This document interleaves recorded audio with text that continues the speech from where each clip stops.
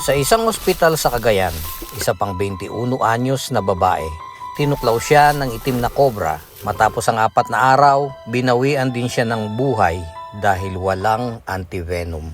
Paano nga ba ang tamang first aid sa tuklaw ng kobra? Yung karaniwang alam natin ay tourniquet o tali. Tatalian sa gawing itaas ng kinagatan. Hihiwain yung sugat na gawa ng mga pangil para bumuka. Tsaka sisipsipin bago tumakbo sa ospital. Pero yan ay mahigpit na ipinagbabawal ng mga doktor. Dahil bukod daw sa walang bisa ay magpapalala pa sa kondisyon ng pasyente. Ito ang medically accepted first aid ng tuklaw ng ahas. Una, pakalmahin mo ang pasyente. Sabihin mo ng don't panic. Sa totoo lang, napakahirap na huwag magpanik kung alam mong nakagat ka ng makamandag na ahas. Anyway, pakalmahin ng pasyente. Mas mabilis lalakad ang kamandag kung magpapanik. Huwag ding gumalaw ng gumalaw. Ihiga ang pasyente sa level na nasa mas mataas na posisyon ng puso. I-immobilize ang parting nakagat sa pamamagitan ng bandage o kahit tela na maaring ipambalot sa nakagat na bahagi. Huwag daw itornike, bandage daw eh. Ang problema dito, saan ka naman kukuha ng bandage kung nakagat ka sa bukid? Karaniwan naman ang ahas nasa bukid. O sige, nagawa na ng paraan yung bandage. Balutin ang nakagat na bahagi. Sa paraang hindi naman mapipigilan ng tuluyan ang daloy ng dugo. Lagyan ng suporta o splint ang binalutang bahagi para talagang hindi ito gumalaw. At huwag kalimutang markahan yung lugar ng sugat na gawa ng mga pangil ng ahas. Bilisan mo, mamamatay ang pasyente mo. At itakbo ang pasyente sa pinakamalapit na ospital na sana ay may antivenom. Saan naman kaya yon?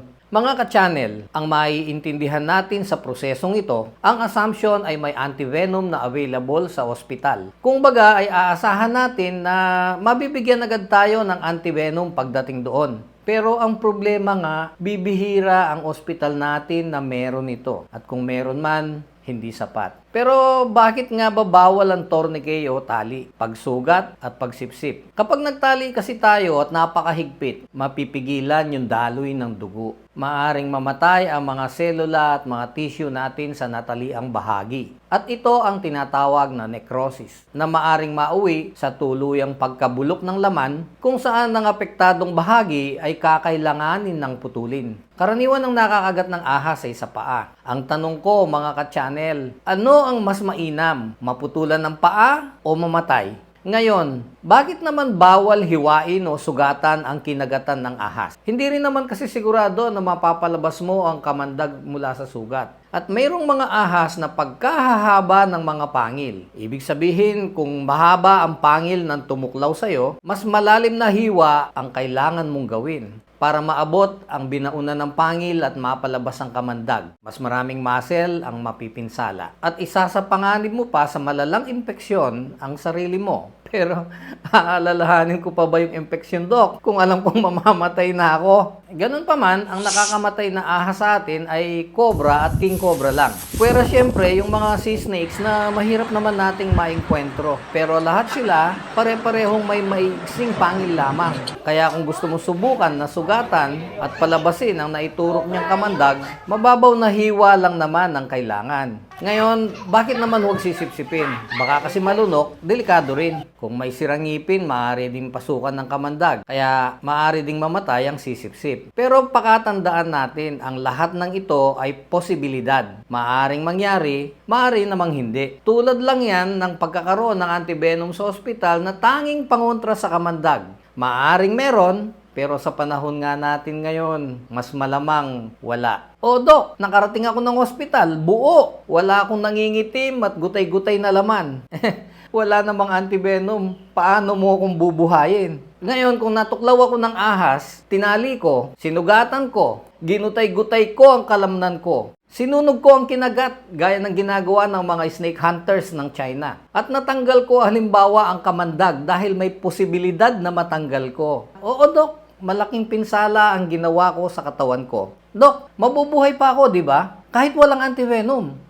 Mga ka-channel, hindi ko po layon na kontrahin ang itinuturo ng kagawaran ng kalusugan. Gusto ko lang ipakita ang matinding pangangailangan natin ng sapat na produksyon ng pangontrang gamot sa kamandag ng ahas. Dahil naniniwala ako na ang problema natin sa issue ng mga tuklaw ng makakamandag na hayop ay hindi lamang batid ng mga kinauukulan. ng ating Department of Health, kaya naipagsasawalang bahala. Sa katotohanan, ang tourniquet o tali, paghiwa sa sugat at pagsipsip ng kamandag ay wala nga sigurong maitutulong kung lumipas na ang ilang minuto. Kaya hindi ko rin ipinapayong gawin ng lahat. Marahil, yun lang mga taong handa, tulad ng mga snake catchers na laging may dalang tali, goma, lighter at mga patalim. Kung mula sa lugar nyo ay may sapat kayong oras para makarating ng ospital, ay mas makabubuting sundin na ang itinuturo ng mga autoridad ng kalusugan. I-immobilize, i-bandage ang parting nakagat at dalhin agad sa pinakamalapit na ospital. Kung wala mang antivenom, may life support na magagawa ang mga doktor upang ang pasyente ay makahintay hanggang makakuha ng pangontrang gamot. At narito naman po ang listahan ng mga ospital na alam nating posibleng may antivenom at talagang nakapagsasalba ng mga natutuklaw ng cobra. Sa mga hospital po na nailahad ko ay personal po ang ating impormasyon. Nakapagdala tayo ng pasyente o nakadalaw sa natuklaw ng cobra at nabuhay. Sa RITM po ginagawa ang mga antivenom na sinusupply naman sa ating mga government hospitals.